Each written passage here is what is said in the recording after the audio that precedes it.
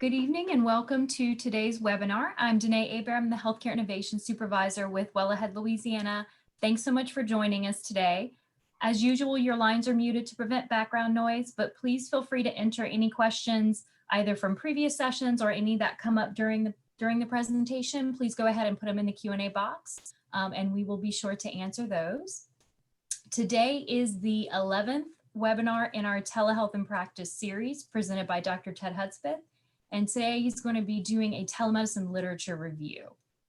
The slides and the recording of the session will be available on our website, along with the recordings of all the previous sessions at walpen.org/telehealth. We are also working on 4 pre-recorded sessions. The first on-demand session, Best Practices in Care and Communication, is actually available now on our webpage. And the remaining 3 sessions are in development and should be uploaded soon. As a reminder, this series is funded in part by the TxLaw Telehealth Resource Center, which is a HRSA-funded program out of Texas Tech University to provide technical assistance and resources to telehealth programs in Louisiana and Texas. And we at Well Ahead are partnered with TxLaw to serve as the support representative for Louisiana providers. And TxLaw is part of the National Consortium of Telehealth Resource Centers. And with that, I will hand off to Dr. Hudspeth. Well, hello, everyone. I appreciate everyone's patience with us. We weren't able to be with you last week, but we are getting started again this week. We will be having another presentation next week, so it'll be kind of back to back, so join us for that one. I did want to open the floor for any questions from any of our previous sessions, if anyone has any. Danae, had anyone emailed you about any questions at all? Nothing this week. All right. Well, as we go along, if anyone's here on the conference, you can put that into the chat and Danae will get that to me. So I'm going to start with a quote. We are entering this era where if you don't have an outcome, you're not going to have an income. And that was from Sandra Nichols of AstraZeneca. So, you know, we are all moving towards a value-based medical economy, really.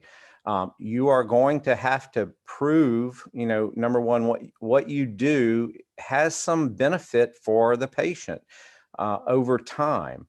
And, you know, there are many ways to do that, from our computer systems to be able to track things, et cetera. But we have to start with a core set of values and a core set of information where we have outcomes or being able to show that what we do in our practice has some benefit or outcomes data. Okay, so telemedicine is no different.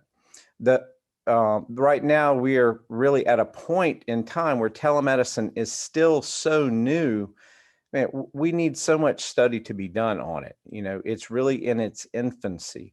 So I wanted to do a literature review to be able to kind of look at some of the things that are there now to show you where we are, and at least to have some idea of things that are coming or things that people are showing benefit with. There are many things that have not shown benefit yet because probably the studies haven't been done currently. There are many people working on this. The studies on telemedicine have just skyrocketed in the last year because of COVID. And, you know, our data's getting a little clearer now, but there are still many, many things to be done. So I kind of wanted to go through this, but this first statement about if you don't have an outcome, you're not going to have an income, that spoke a lot to me because we actually, in my institution where we work, we're actually partially getting paid based on our outcomes. And so everyone's pretty focused on it. So I'd encourage you to do the same because it's coming. Everyone's going to be doing this pretty soon. So going through an overview, I'm going to take you through some studies on some acute disease specific research, including some infectious disease and antibiotic stewardship, and then talking specifically about urinary tract infection care.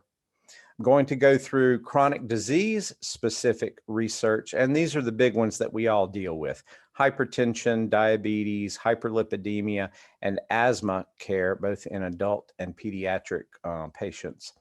And then some other healthcare providers' impact. where other providers are actually showing some very good outcomes data in their own world with respect to how patients do when they intervene and help patients along. And I'll try and tie that into some of the payment structures that are actually coming down the road. And then healthcare delivery research. So how we deliver healthcare is changing dramatically. And there are a few things out there that are really sort of niche right now, but I think that they will be very big over time because number one, they do have some good outcome studies. They are very cost effective and patients love them. So that is going, because of the convenience. So when you pair all of that together, that's a big value to people. And most of the time when things are valuable, they're going to get utilized more. So that's just kind of the nature of the beast. So we'll start off on some of the acute disease specific research. And this concept of antibiotic stewardship. Now I've been practicing, 27 plus years now. And when I think back to how antibiotics used to be utilized versus today, there's been a big shift. I think everyone very much indiscriminately used antibiotics when I first came out in practice. It was just sometimes easier to write a prescription for an antibiotic than it was to actually have a conversation with the patient and talk with them about, why they really don't need an antibiotic.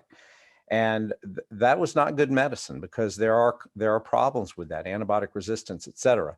And so this concept of antibiotic stewardship has come about, and we are using that in our own institution, and it has dramatically changed how people utilize it. And the whole thought about this is, first of all, you educate people about, and we're talking providers, you educate providers about antibiotics, its appropriate use, inappropriate use, and then you kind of make it very transparent as to who is utilizing in a certain way. And you follow that up with, more education on for folks who are not kind of going with the standard of care, so to speak. And these types of programs have been shown to be very helpful. So in looking at antibiotic use with an antibiotic stewardship program in telemedicine, there was a study where the title was Antibiotic Stewardship in Direct-to-Consumer Telemedicine Consultations Leads to Higher Adherence and Best Practice Guidelines and Low Prescription Rates. So they basically looked at 5 diagnostic groups for which included upper respiratory infections, tonsillitis, sinusitis, UTIs, and acute diarrhea. And physicians were trained on the current guidelines of utilizing the antibiotics appropriately within their own institution. And then they analyzed the antibiotic prescription rates for all of the patients and referral rates and the actual antibiotic classes that were utilized for all of these different things.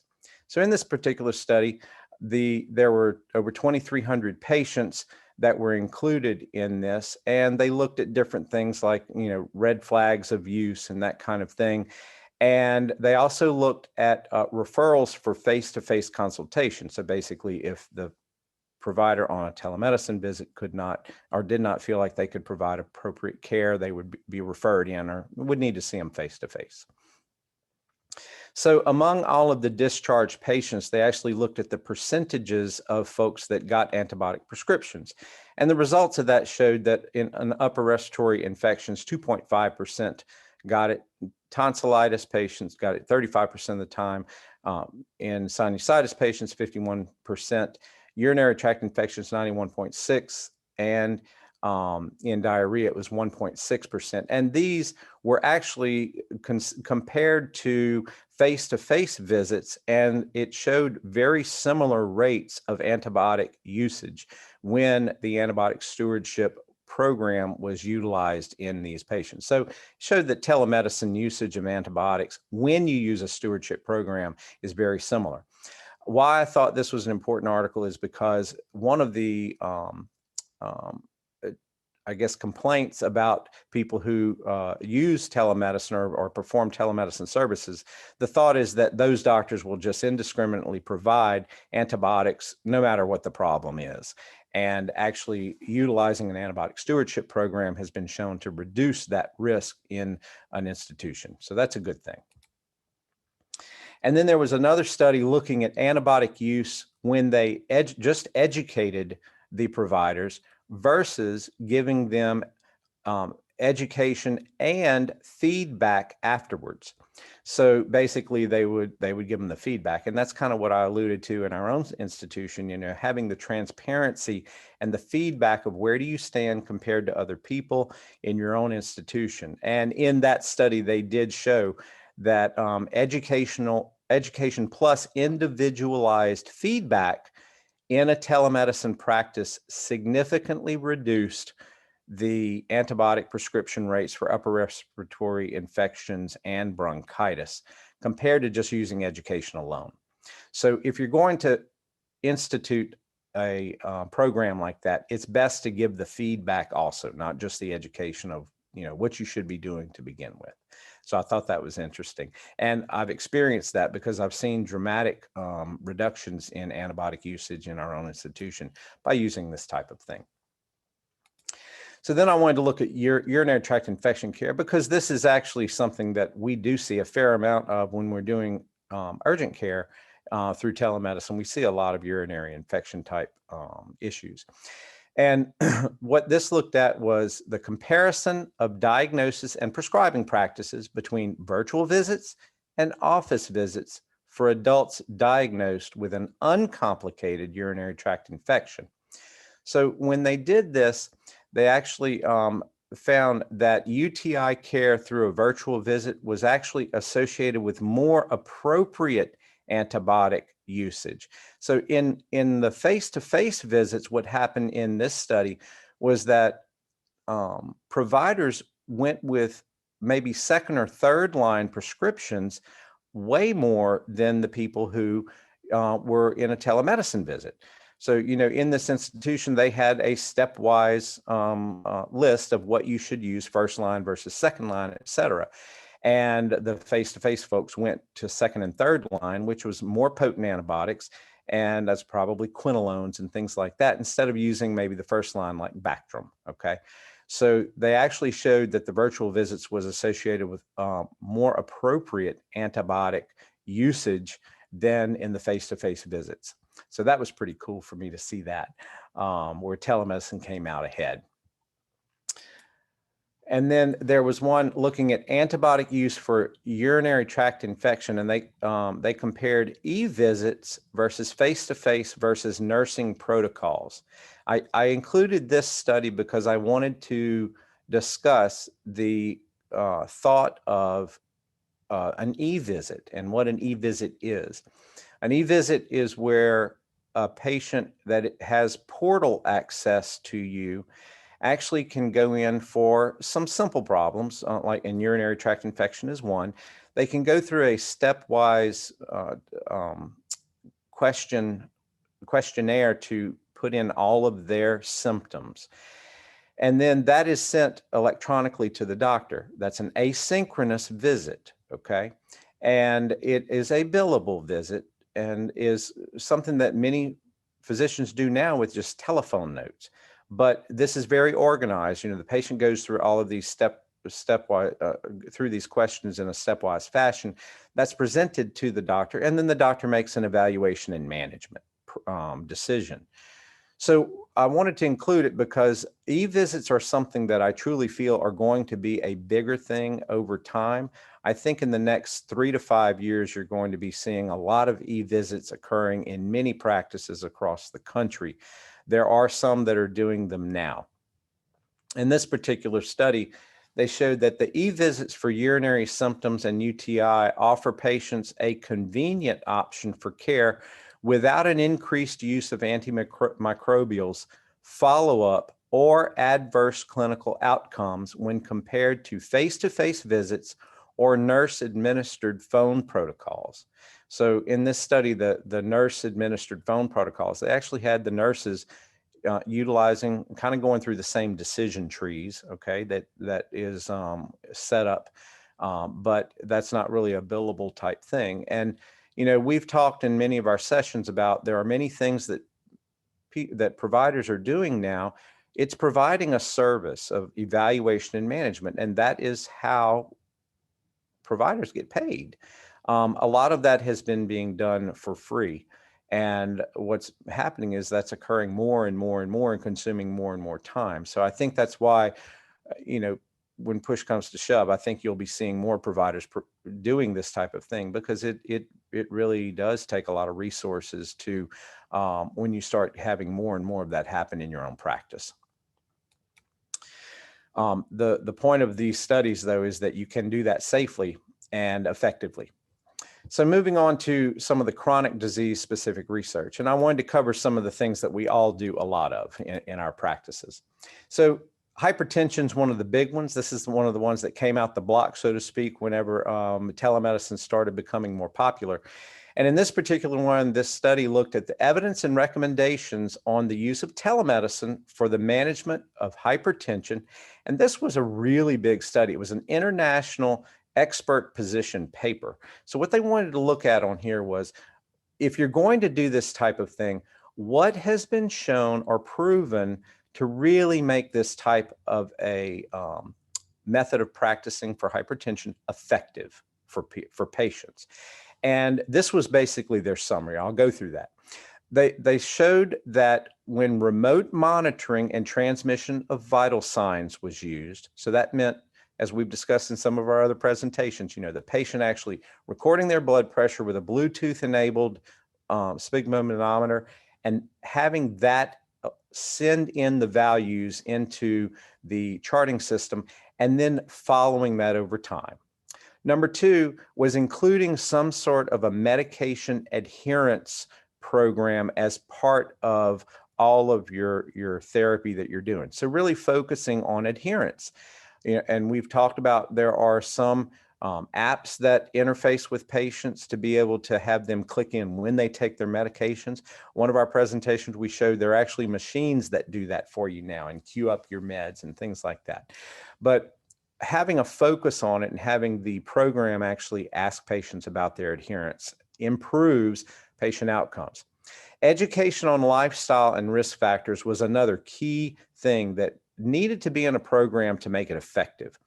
Just having someone track their blood pressure in actually when they went through all of these studies, just having them track their blood pressure was not enough. And that's why they added these other things in. So education on lifestyle and risk factor modification was a very big part of this. So basically, you're putting tools into patients' hands to be able to manage themselves. And I think that's where a lot of this is going when you start talking about, putting all of the monitors and the trackers in patients' hands. You're giving them that opportunity to make themselves better, and giving them the education to do that is a critical part of it, or they won't use it appropriately. And then video consultation as an option, throwing that in, that is being able to do their visits was more of an optional thing. The other things that I'm mentioning actually were more important in their recommendations.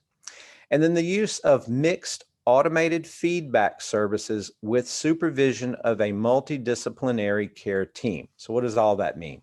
The automated feedback services, that's where, for instance, if they had an app that, every time they entered a blood pressure that was high, the app would automatically tell the patient, something like, did you remember to take your medicine? Have you been watching your salt? Have you exercised today? Various things like that, to remind the patient in an automated way the things that they should be doing.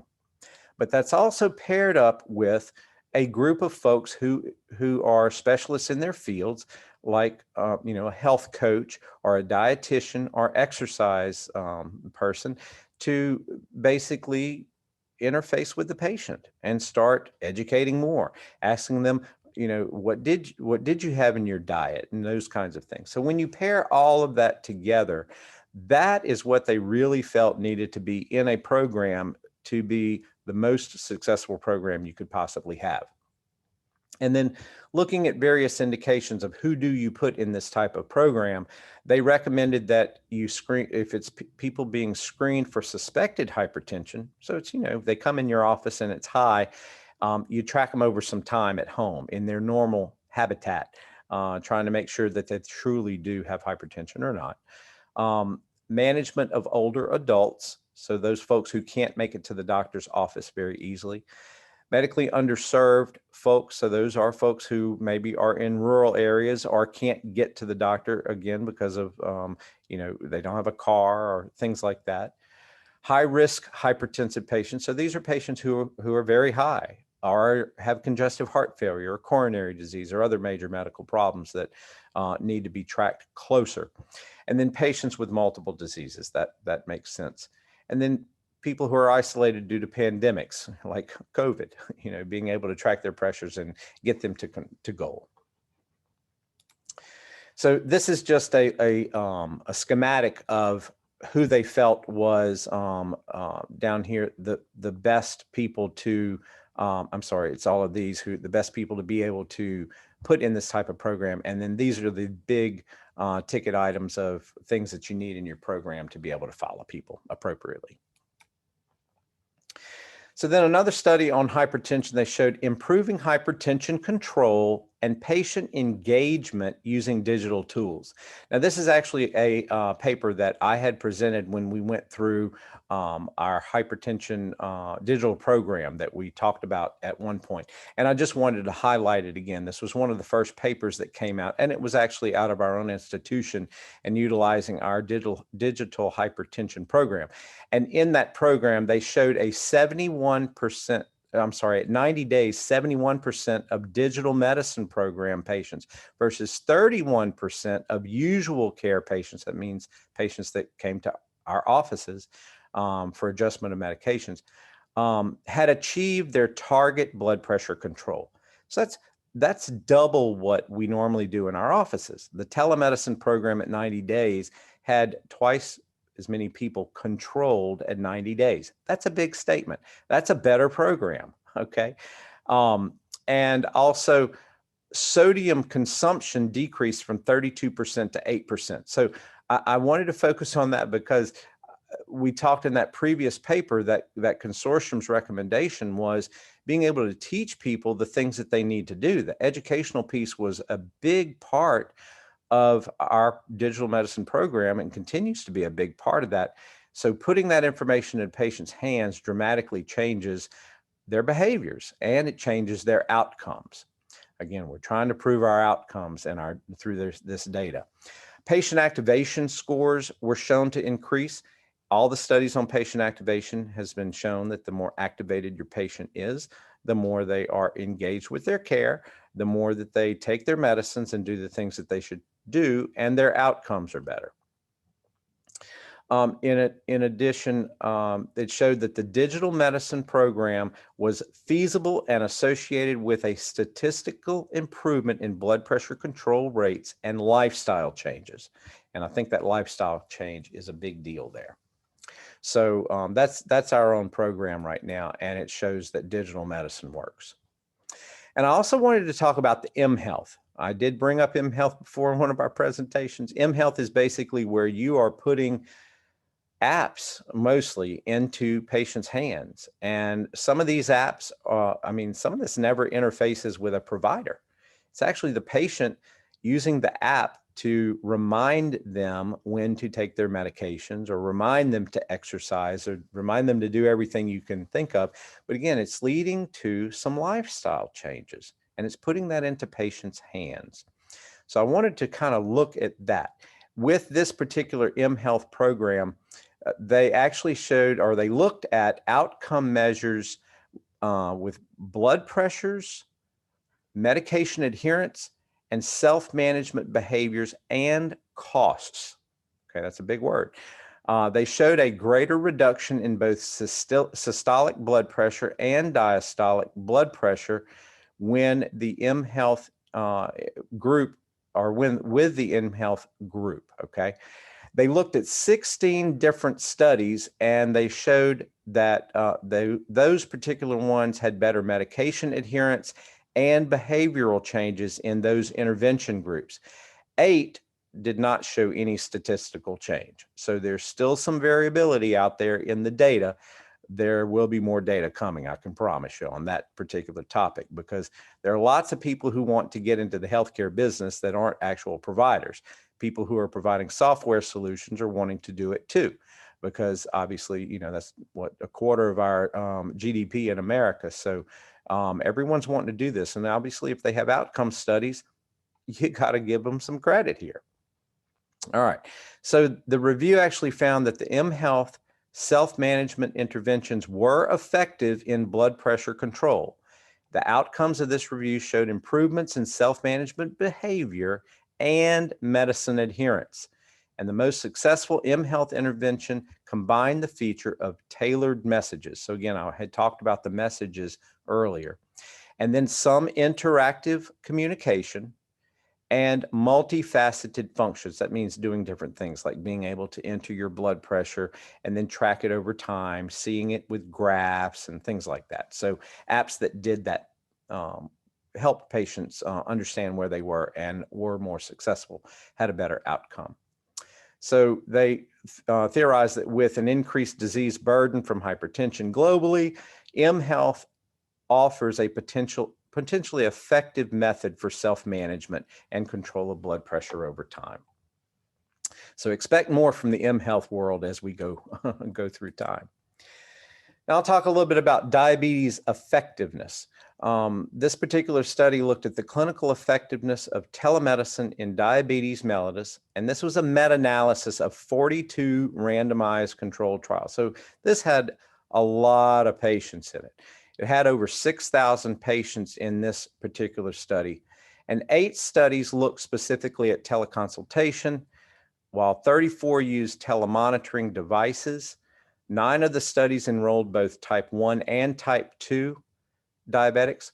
21 focused on the type 2 diabetes patients only, and 12 were only on type 1. So it was a smattering of every kind of thing you can think of between type 1 and type 2 patients. The mean reduction in A1C was significantly higher in the telemedicine groups. That's a big statement right there, okay, guys? And the type 2 diabetics were actually the ones who experienced a greater reduction than type 1s. My experience is type 1s are always a little more difficult to control. So this certainly went along with that. And they showed that the younger population did benefit more when using this method. And the telemedicine programs that actually lasted greater than 6 months produced a greater benefit to people. So again, diabetes can be effectively managed through a telemedicine program. And many of these provided educational components to it. And that's felt to be why they were probably some of the ones that were more successful of the 16 versus the 8. Now, looking at complex management, sometimes we have very complex diabetics, and this particular study looked at that. And they did prove in this particular study that telemedicine for this group, out of 100 randomized clinical trials, that it was a very effective method of being able to manage diabetes. They did state that, research in diabetes should focus next on how to increase access to care. The question is getting down to not is it effective, it's just how do you get it out to more people? And we've talked about disparities in care, and this is one area where you have a high population of diabetics in rural areas or underserved areas, and getting them this type of care is going to be the next hurdle that we really have to get through. Cost effectiveness, there was no question about, patients not having to come into an office and that type of thing. The cost effectiveness was definitely there. So this particular study was entitled Clinical and Cost Effectiveness of Telemedicine in Type 2 Diabetes. And again, this was a systematic review and meta-analysis of a lot of different studies over time. And they did show a statistically significant decrease in A1Cs of people following interventions through telemedicine compared to conventional treatment. And that's, again, going through our offices. So again, thinking about telemedicine as a big part of your practice is very important here, because we can have better outcomes. It is, as we've shown in some of our other presentations, it can be less costly for us to provide that care, not only for the providers, but also for the patients themselves. And everyone is going to be paid more on outcomes, and outcomes is going to be where it's at. And what I'm showing you here is that we have a method to do that. Next, this is where I'm going to touch a little bit on other people providing services. So this concept, and why I thought this was important, is that CMS has now stated that in the next few years, they are going to be contracting with not only providers, but entities. So right now, with CMS, they contract with physicians, so to speak, or providers of healthcare. It can be NPs or APPs in general. But they've stated they are going to do this with entities. So what is that?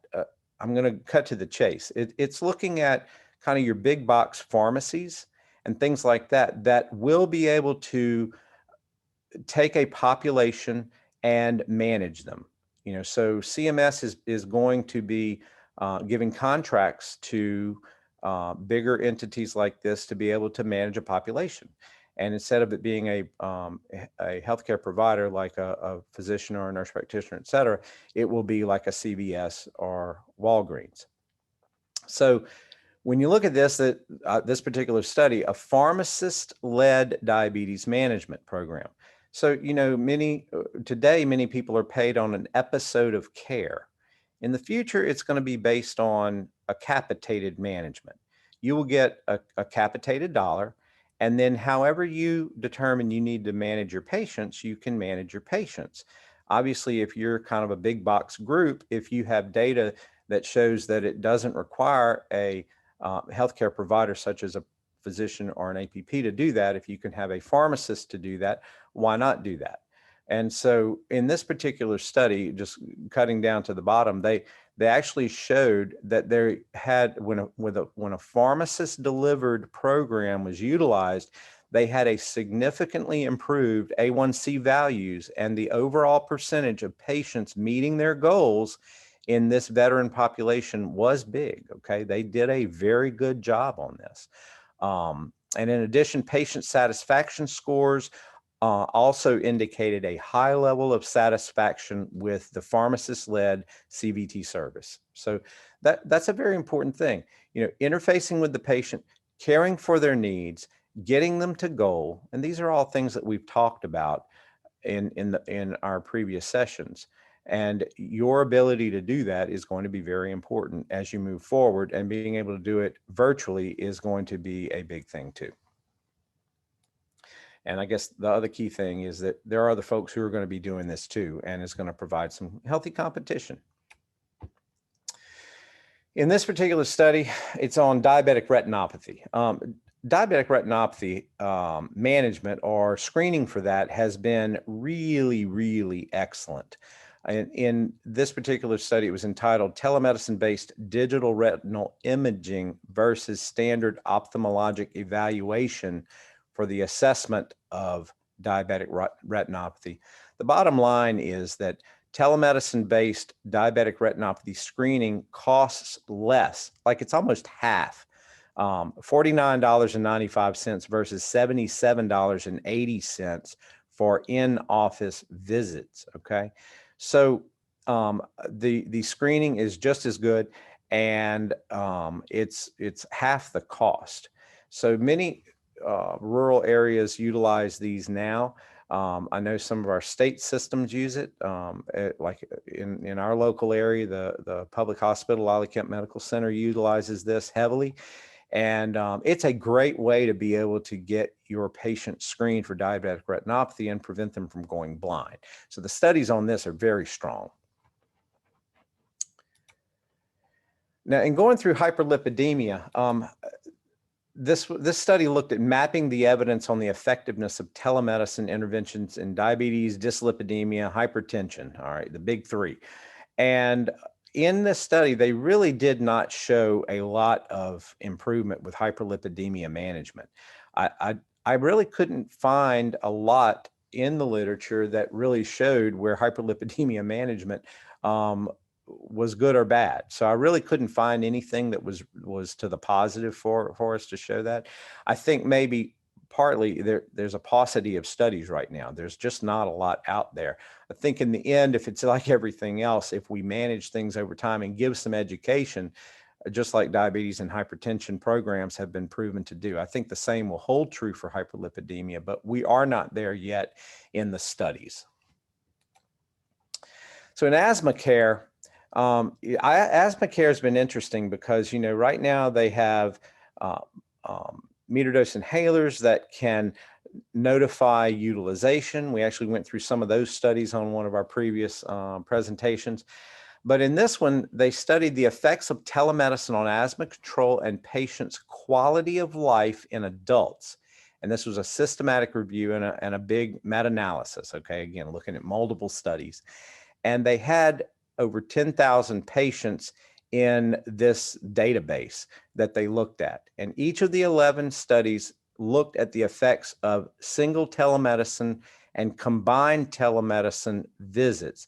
So that was a combination of approaches, like, looking at their use of the inhalers and all of that kind of stuff. And they showed that the combined telecase management could significantly improve asthma control when compared with the usual care, meaning in our offices, okay? Again, what they're looking at is when you do things like education, you track the usage and actually provide them with ways to track it themselves, there is a big improvement in people's outcomes. So the bottom line on this, the conclusion showed combined telemedicine involving case management and our consultations appeared to be effective interventions in controlling the asthma in adults. And it showed their quality of life scores were better also. And then in the pediatric world, this study actually went into schools. So they had a school-based telemedicine intervention that included both directly observing the therapy, that means directly observing how they use their inhalers, how they use their peak flow meters, et cetera. So directly observing and then giving them feedback on that. And in addition, they had provided preventative asthma medications, as well as a telemedicine follow-up with the child's primary care doctor. So it's kind of multifactorial. And when they did that program in the schools and other local community settings, they showed that there was a decreased burden of asthma. That means an increased patient satisfaction. So burden of asthma, that meant how many times they had to use their rescue inhaler and how many days in a particular time frame they had shortness of breath episodes and things like that. So it actually did show their improvement in outcomes and decreased ER visits, which was really a neat thing too. This section on other healthcare providers' impact, this touches again in another study on a pharmacy-led impact on using healthcare on healthcare utilization. So the title of this one was Impact of the Clinical Pharmacy Specialist in Telehealth Primary Care. So this particular study actually looked at diabetes and hypertension groups, and they had a mean absolute A1C reduction of 1.61%. That other study I had mentioned was a 2% reduction. And there was a mean systolic blood pressure reduction of 26 points. That's pretty major in this particular study. And in the ones with hyperlipidemia, they actually showed a 93% utilization of being on a lipid lowering medication. So I know for myself in my own practice, one of the hurdles I have is just educating people on why they need to be on it. And they did a fine job on that. So they showed that these particular providers of healthcare could provide a comprehensive medication management service and showed some statistical improvements in their diabetes and their hypertension outcomes. So again, this is a very big thing that I think we will see in the future. There was another study, again, looking at pharmacy services, where pharmacist services were delivered via telemedicine in the outpatient or ambulatory care setting. And this, again, was a systematic review of multiple studies that were done. This particular one had 34 studies. And most of these actually focused on chronic care management in adults, including, and it was a long list, high blood pressure, diabetes, anticoagulation management, depression, hyperlipidemia, asthma, heart failure, HIV, PTSD, CKD, strokes, and COPD, and smoking cessation. And in this particular one, they showed a lot of improvements in a lot of clinical outcomes through a pharmacist-led services. So I encourage you to look at all of these and understand maybe some of the things that they're doing that you can maybe incorporate in your own practice. It really does, again, it comes down to, interfacing with the patient, its relationships, its education, putting tools into their own hands to be able to micromanage their lifestyles and understand where they are with their numbers over time. And it's the numbers that we always check for the outcomes. So see, I'm hitting on a big theme here over time with all of these studies. All right, I wanted to go a little bit through some of our healthcare delivery research. So the things, how we deliver the care to people. And I'm going to start with consultations. In this particular one, looking at emergency room usage. So it was a systematic review of telemedicine applications in the emergency room. And this really looked more at kind of rural emergency rooms, and when they were able to interface with specialists in more urban areas or people who were more specialized in things that their patients may need. This was actually 340 citations, of which they took 38 results that they looked at. And 11 studies focused on telemedicine for diffuse patient populations, typically in emergency rooms, as I said, and 8 studies considered telemedicine in the context of basically minor treatment clinics, minor care clinics or urgent care clinics. And all of these were able to plug in with specialists somewhere, somehow. And the outcomes showed that the tele-emergency rooms, that when they had those kind of connections, that they had improvement in patient outcomes. And this was a very good way for to offload some of the patients who would have been sent to major medical centers that are already overburdened with too many patients. This was a way to keep patients in the local emergency rooms in the smaller communities and not have to travel as much and overburden or overtax the more central and urban areas. So that was kind of neat. And I think, Mississippi has done a huge job of making a kind of spoke and wheel idea of providing care, not only in emergency rooms, but also for offices. I understand that there are a lot of APPs who have been trained. They actually have gone to the central areas. They're trained by some of the specialists to care for certain things.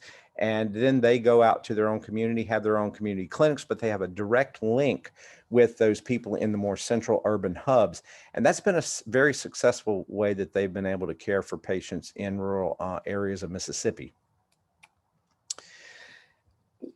I have touched before on one of our other presentations on e-consults. This concept is such that there's an asynchronous consultation on behalf of a patient between a primary care provider and a specialist. So in this particular workflow, if a primary care provider has a problem for a patient, they're not sure what to do, they have a prearranged agreement with a specialist, and they are able to collate all of the information on this patient together, send that to that specialist who will review everything and make a recommendation on how the primary care doctor should manage it, and then sends that back to the provider. Now, sometimes this also includes a discussion between the specialist and the provider. All of these steps are actually billable steps. So that's why I believe these are going to increase over time. As we have, let me back up. I think for the rural communities, this would be huge. Patients, first of all, can't often travel to the big cities to see the specialists. The costs are very high, et cetera. Plus, it's very difficult to get appointments with specialists many times.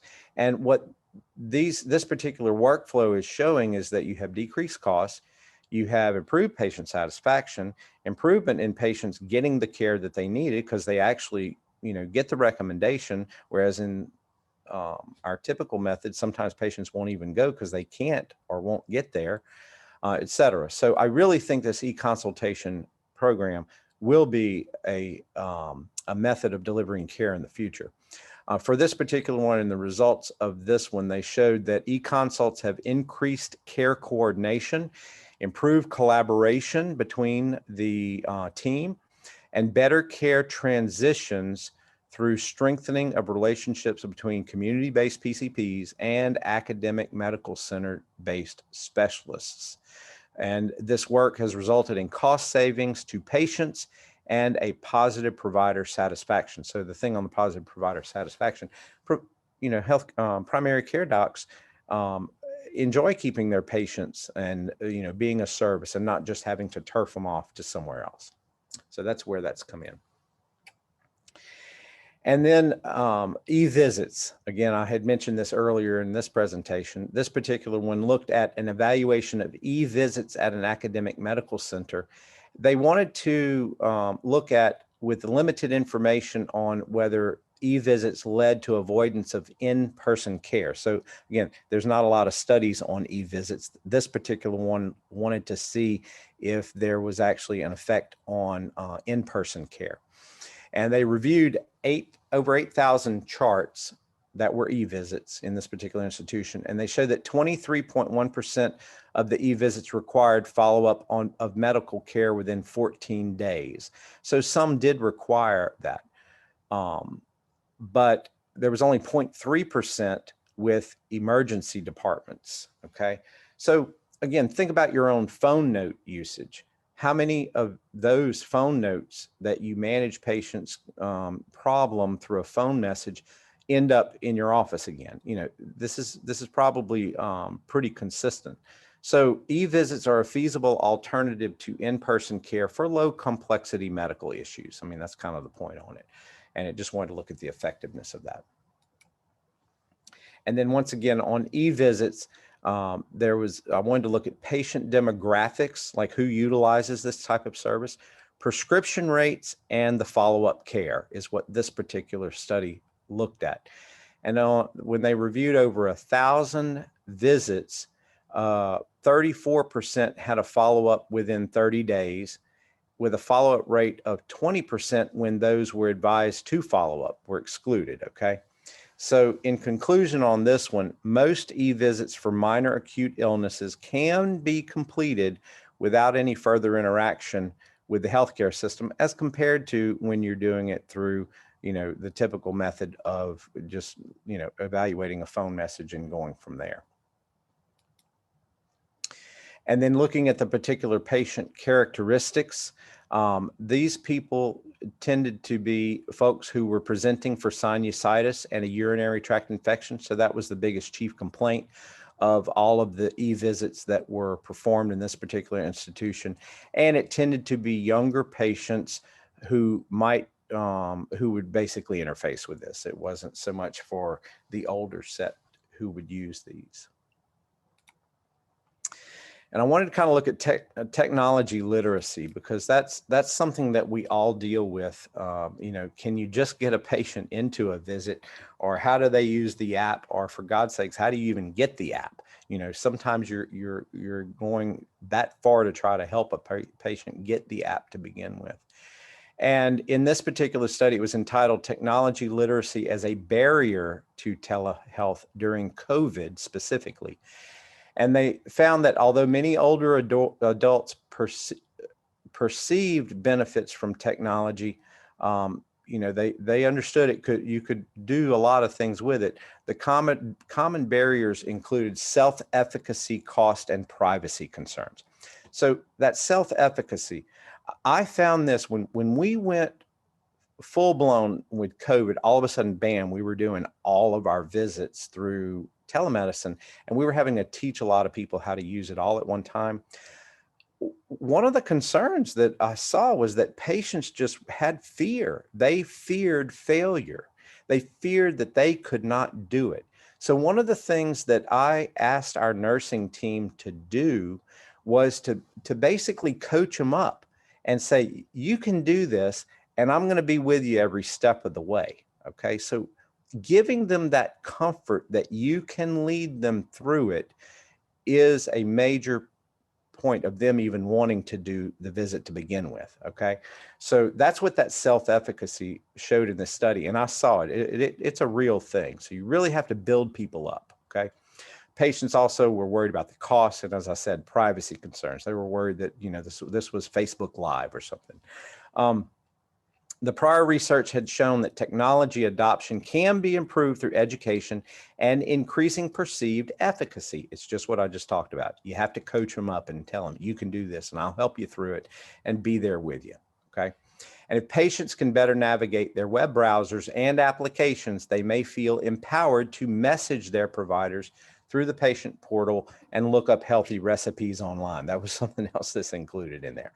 But basically, if you coach them up once, they can do other things with their telemedicine programs and their portals.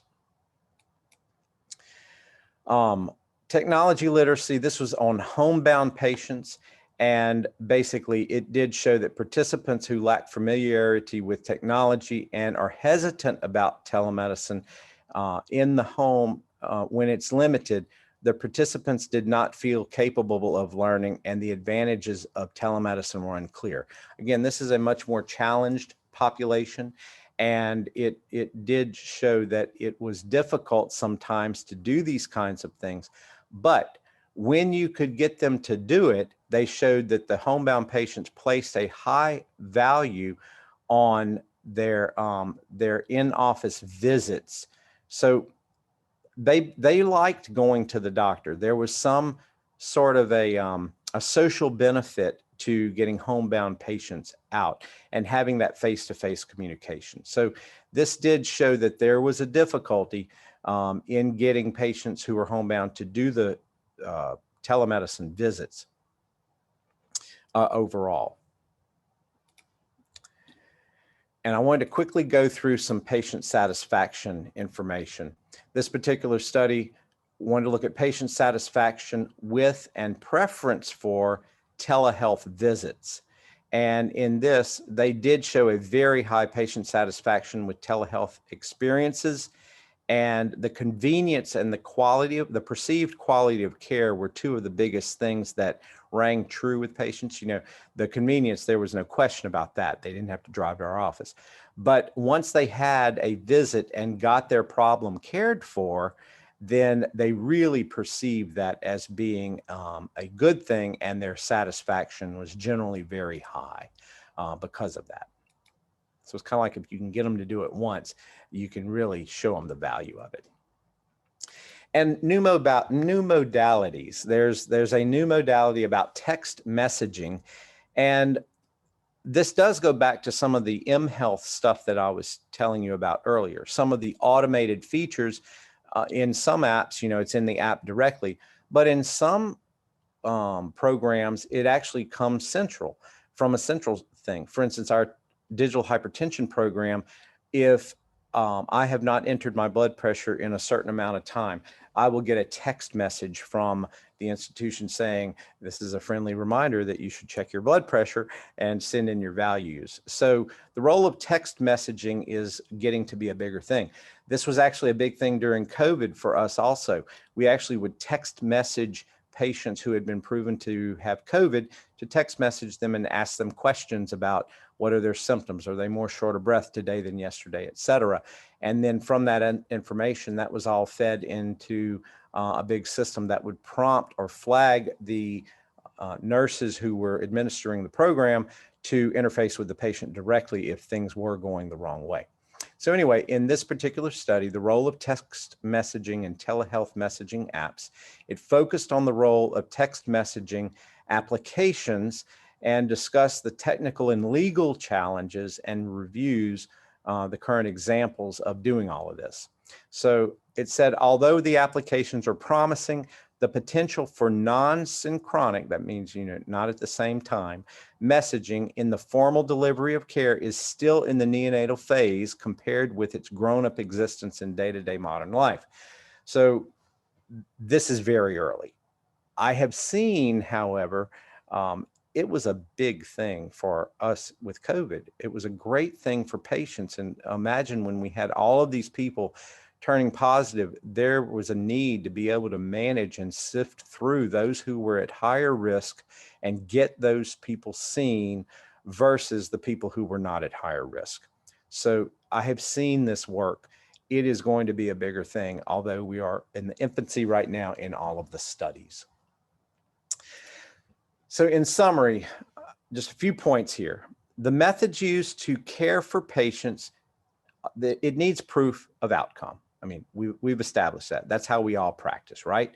And the same is true for telemedicine. The second point, there are many medical problems cared for virtually that have similar or better outcomes than in-person visits. That's a big statement, okay? And we've shown some of those studies that are out there now. There are new workflows that allow for care in ways that we never used before. The thought about text messaging and things like that. We've never done that before. And so we're still on some of that. We've got to prove our way and why it is a good thing. In some ways, some of this allows for improved access and sometimes reduced costs. So the thought of consultations, e-consults, consultations from the emergency room to a specialist in the rural area with someone in a more urban area, providing that direct to patient care right then and there and managing them. That's exciting to be able to give patients some value there, okay? Medical professionals other than MDs and APPs can improve patient outcomes via telemedicine. The data is there and it's growing, and you can bet there are going to be more people who are going to be trying to prove that. There are many barriers to be cared for virtually that still exist, okay? Broadband internet access, access to a computer or a phone to be able to do this. Those are all barriers to care that are going to need to be overcome over time to allow all of this to work. And research is still needed in almost every facet of telemedicine care. So if any of you are in primary care and want to get hooked up with someone who's doing some research in this, man, there's a lot of it that needs to be done. And right now on the front lines is really where we need that kind of thing. So if you're interested in that, you need to think about it because you are going to potentially be the key to proving what is the future of telemedicine and the care that our patients will receive. So in closing, a quote from Albert Einstein: learning is an experience. Everything else is just information. And I'll tell you, this is my own selfish reason for wanting to do all of these presentations, is because learning is an experience. Going through all of these studies, I went through probably over 400 articles in telemedicine in preparation for this presentation. And it boiled down to these that I thought were very important for us to think about for the future. Learning is an experience, and we are in the middle of a huge learning curve right now with telemedicine, starting from our first presentation on why do you do it, and number two, how are you going to choose a telemedicine platform? So I encourage you to go back, look at all of the presentations that we have made. We actually have one more formal in-person live presentation left, which will be next Thursday. And we have 3 more asynchronous presentations that I will be posting to total 16 different presentations on how to implement telemedicine in your practice. I hope that I've been able to give each of you some pearls of knowledge through all of these and incent you as to why you should be doing this in the future.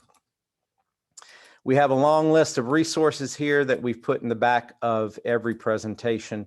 And of course, our contact information, you can always contact Danae at wellahead@la.gov. You can find all of our presentations at www.walpen.org/telehealth. And here's my contact information if you would like to do so.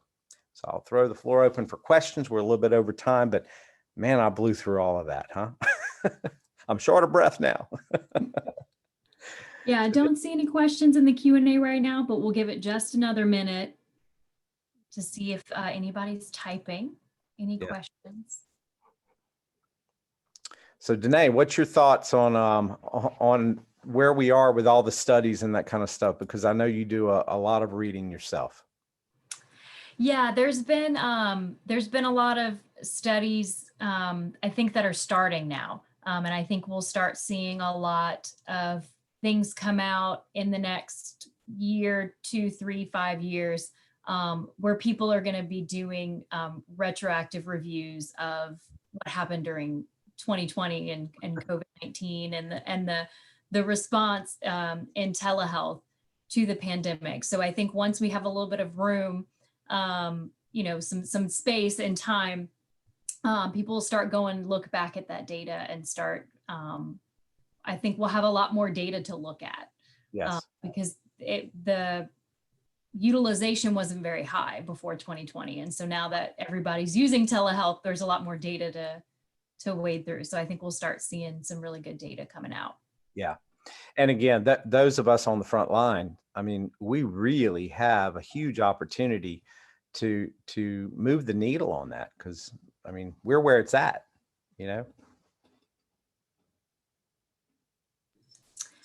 All right, so not seeing any questions, we will go ahead and wrap up. So thank you so much for joining us. As a reminder, the slides and the recording will be on our website at walpen.org/telehealth. There's also a form at the bottom of that web page where you can submit any questions. Our next and final live webinar, as Dr. Hudspeth mentioned, will be next week, June 17th at 5:30, and we will cover some special considerations in telemedicine. When you exit the session, you should get a survey question in your internet browser. Please put in any future topics that you'd be interested in us covering in a future telehealth education session. And as always, please reach out to us at any time with any questions. And thank you and have a great night. Thank you.